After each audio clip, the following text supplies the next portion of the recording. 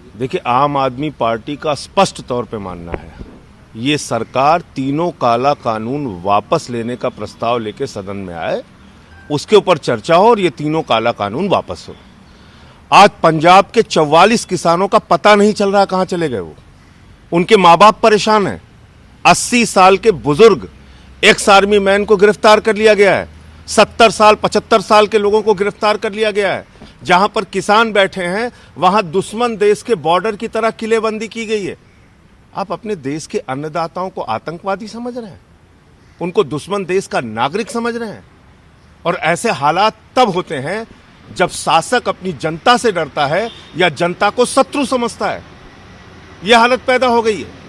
तो इसलिए आज भी सदन के अंदर मैंने 267 का नोटिस दिया है और सारे कार्यों को स्थगित करके इसी 3 काले कानून के ऊपर चर्चा हो और इसको वापस लिया जाए सरकार की ओर से। ये आम आदमी पार्टी की स्पष्ट मांग है। सर, किसानों की महापंचायत जिनमें हो रही है, राकेश की पंचायत को आज अटेंड करेंगे? मुझे लगता है कि पूरे देश का किसान अब आंदोलित हो रहा है, इस आंदोलन के साथ जुड़ रहा है। पश्चिमी उत्तर प्रदेश के तमाम जिलों में, उत्तर प्रदेश के अन्य जिलों के अंदर, हरियाणा के अंदर और कर्नाटक हो, महाराष्ट्र हो, केरल हो, तमिलनाडु हो, बिहार हो, पूरे देश में आंदोलन पहुंच रहा है। अब भी अगर ये सरकार अपने हठ पर अड़ी हुई है, अपने अहंकार पर अड़ी हुई है, तो मुझे लग रहा है कि इस देश के लोकतंत्र के लिए ठीक बात नहीं है। इनको ये काला कानून वापस लेना ही चाहिए। सर, जिस तरह से ये जो आंदोलन है किसानों का, ये लगता है वो अक्टूबर तक जाएगा। नहीं, कैसे बातचीत नहीं हो पा रही है? आप मुझे बताइए, 11 दौर की बातचीत हुई और नतीजा 0 निकला, तो किसान भी क्या करेगा? आपसे बार बार आके बातचीत करके निराश होकर वापस उसको आंदोलन में जाना पड़ता है। एक बार में एक लाइन का निर्णय लीजिए ना, ये बिल वापस कीजिए। ऐसी कौन सी जिद है आपकी?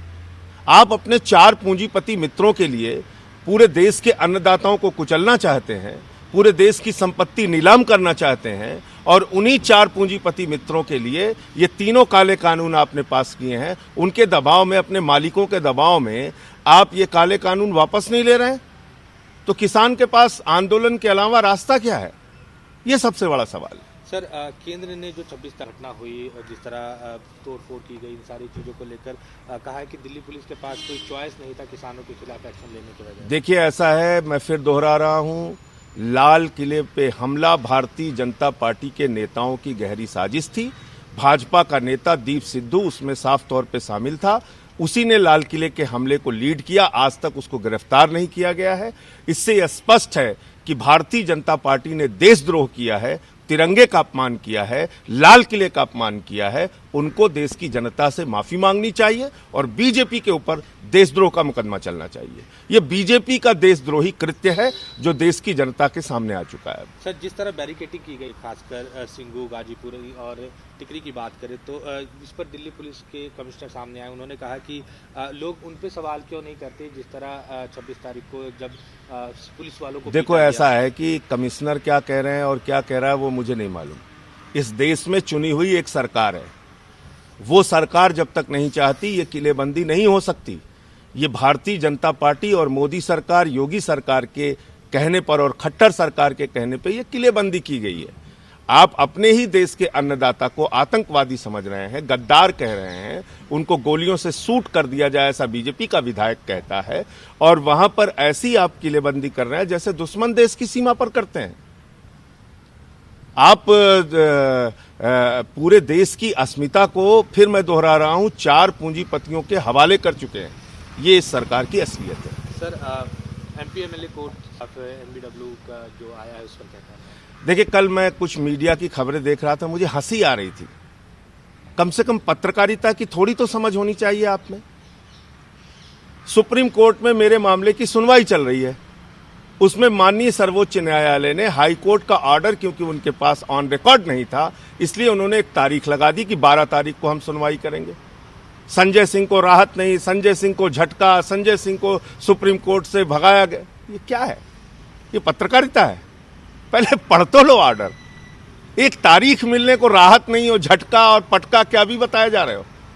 जहां तक एनबीडब्ल्यू का सवाल है, मैं कहीं भागा नहीं हूं, इसी देश में मौजूद हूं, देश के सदन में प्रतिदिन जा रहा हूं, किसानों के मुद्दे को उठा रहा हूं।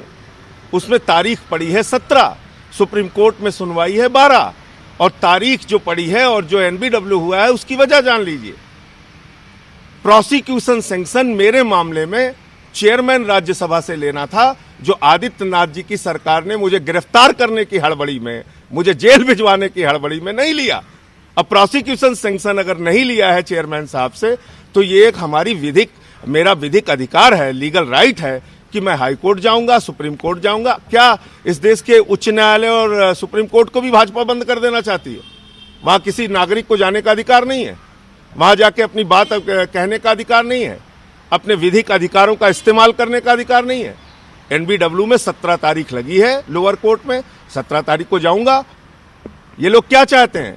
ये चाहते हैं मैं संसद में ना आ पाऊं, संसद में किसानों के आवाज ना उठा पाऊं, संसद में किसानों के मुद्दे पे संघर्ष ना कर पाऊं, जाके इनकी जेल में गिरफ्तार हो जाऊं।